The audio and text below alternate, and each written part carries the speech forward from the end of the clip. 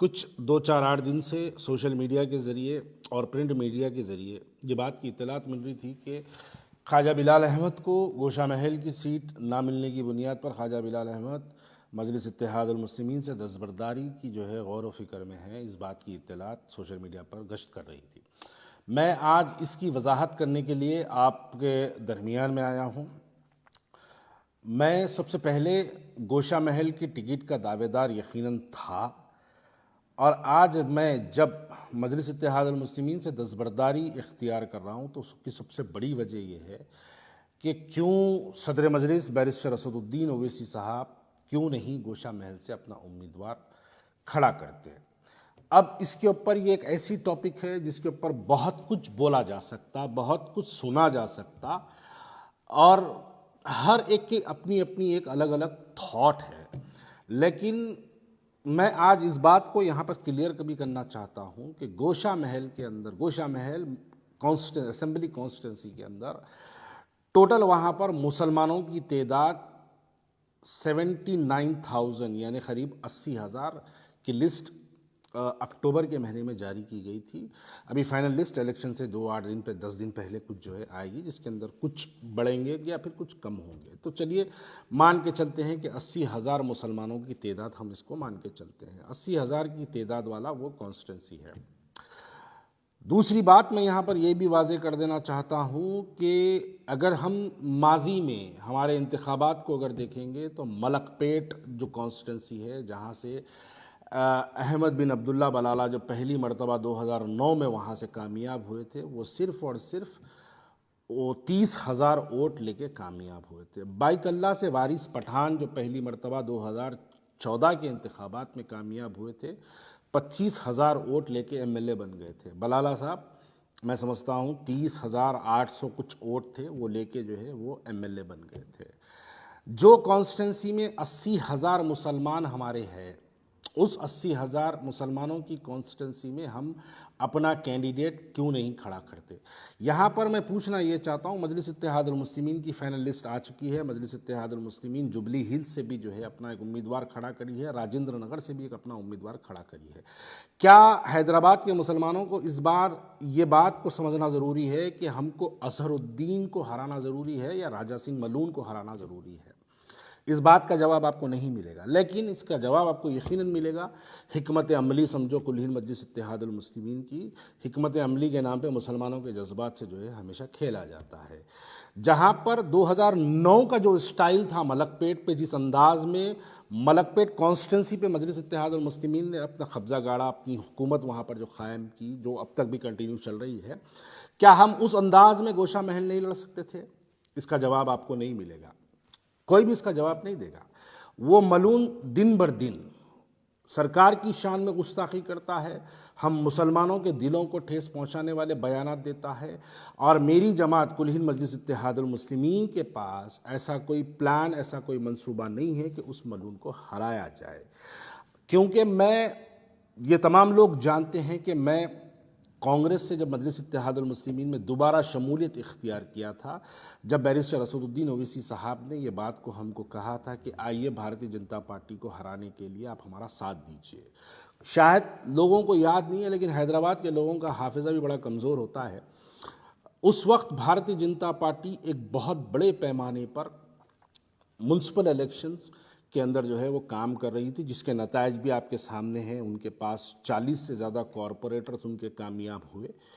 उस वजह से हमने भारतीय जनता पार्टी के बढ़ते हुए अज़ाइम को रोकने के लिए हमने यकीनन मजलिस इत्तेहादुल मुस्लिमीन का साथ दिया।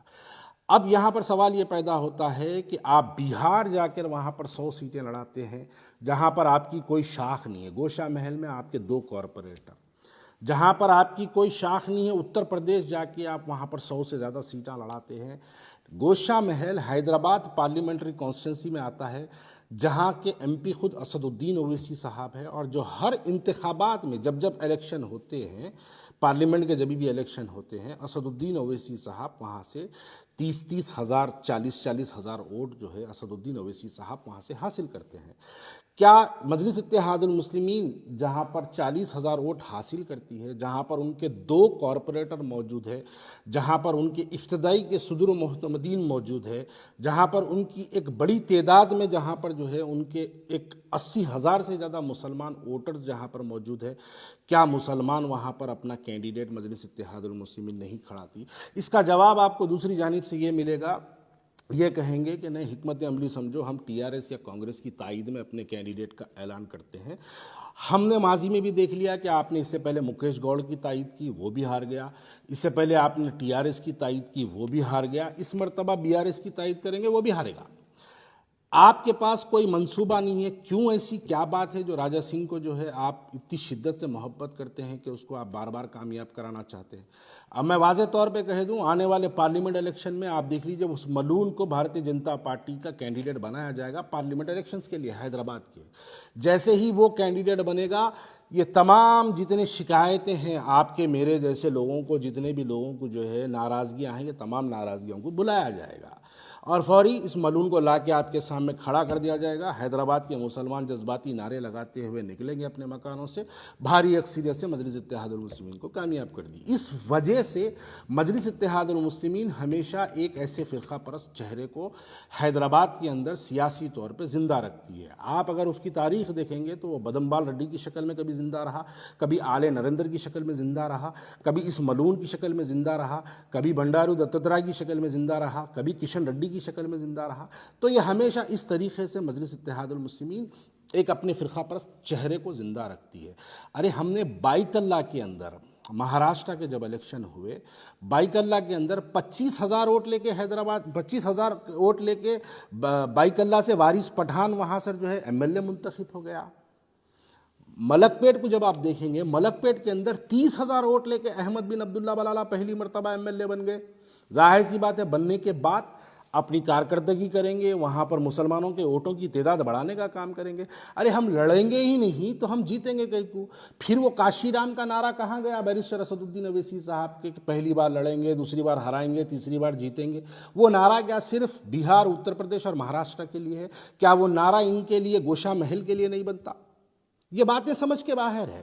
जब हम ऐसी सवाल करते हैं तो फौरी अब आगे मुनाफिकत का नारा लग जाता, फौरन आगे लोग कहते हैं कि भाग गया, आप जमात छोड़ दिया, टिकट नहीं मिली।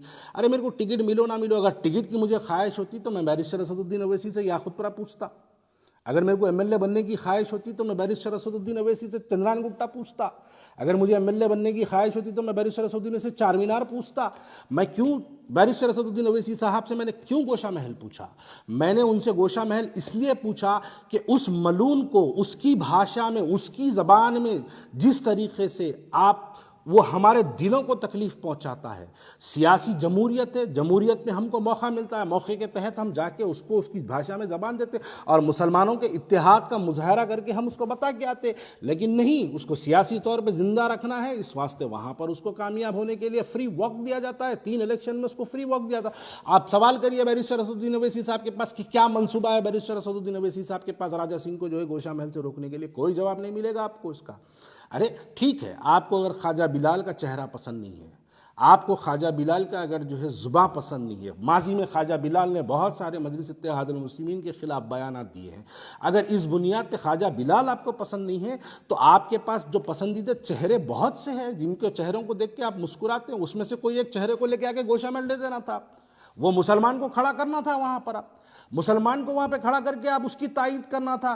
बीआरएस के जो आपके जो ताल्लुकात है, उस ताल्लुकात की बुनियाद पे बीआरएस से आप एक अच्छे से हिंदू कैंडिडेट को लाना था और उसको बोलना था कि तुम मुस्लिम बस्तियों में इंटर मत हो, हिंदू बस्तियों में जाओ, काम करो, उनके वोटों को आप पोलराइज कराना था, जैसा आप करते हैं, जैसा आप फिरोज खान के लिए करते हैं, जैसा नामपल्ली के लिए आप करते हैं, जैसा मलकपेट के लिए आप करते हैं, जैसे याकूतपुरे के अंदर हिंदू वोटों को बाइफिकेट करने के लिए आप काम करते हैं, वैसे ही लेके जाके राजा सिंह के खिलाफ में आप टीआरएस से एक हिंदू कैंडिडेट को वहाँ पर डलाना था और केटीआर जो आपके मामू भांजे जो भी है, आप उनके जरिए उसको इंस्ट्रक्शंस पास करना था कि मुस्लिम बस्तियों में काम नहीं करना, मुसलमानों की 80% है, तुम जाओ हिंदू बस्तियों में काम करो।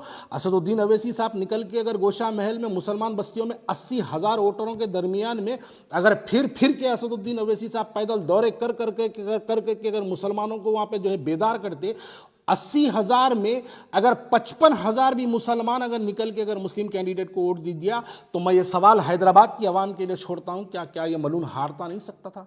अरे जाती पैसा हम लगा देते, लोगों से चंदा मंग के लेके जाके गोशा महल लड़ा देते अगर आप किसी मुसलमान को देते। मैं अपनी जात के तौर पे, अल्लाह के फजलो करम से चंदे की जरूरत नहीं है, मैं अपनी जात से 2-4-8 करोड़ लगाता, गोशा महल उसके वो मलून के खिलाफ में इलेक्शन लड़ता और ये बताता कि उसको मुसलमानों का इत्तेहाद ये होता है।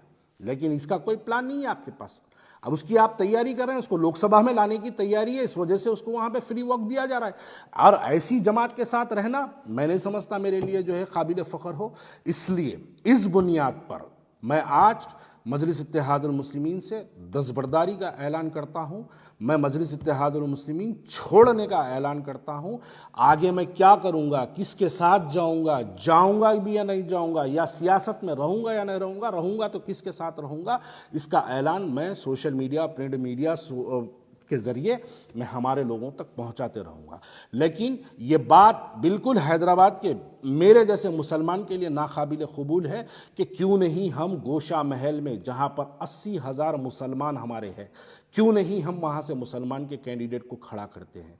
क्यों नहीं हम बीआरएस का इस्तेमाल करके, टीआरएस का इस्तेमाल करके हम क्यों नहीं वहाँ पर जो है हिंदू वोटों के अंदर जो है हम बाइफरकेट करने का काम करते और मुसलमानों में इत्तेहाद का नारा लगा के हम मुसलमानों को घरों से निकालते और इस मलून के खिलाफ मुसलमान एक तौर पर, मैं समझता हूं अगर हम मुसलमानों के अंदर अगर निकल के अगर जो है हम पैदल दौरे करते, उनके छोटे छोटे ग्रुप मिसिंग करते, तो घरों से चुमटियों की तरह मुसलमान निकल कर जो है पोलिंग के दिन अपने वोटों का मुजाहरा करते और ये मलून हारता।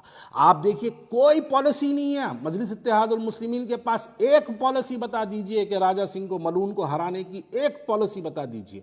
नहीं, उसको सियासी तौर पर जिंदा रखना चाहते हैं। और ऐसी जमात जो इस गुस्ताख रसूल को जिंदा रखना चाहते हैं, बखुदा ऐसी जमात के साथ मैं रहना मुनासिब नहीं समझता हूँ। इसलिए आज मैं कुल-हिंद मजलिस इत्तेहादुल मुस्लिमीन से अपना दस्तबरदारी का ऐलान करता हूँ। शुक्रिया बहुत बहुत।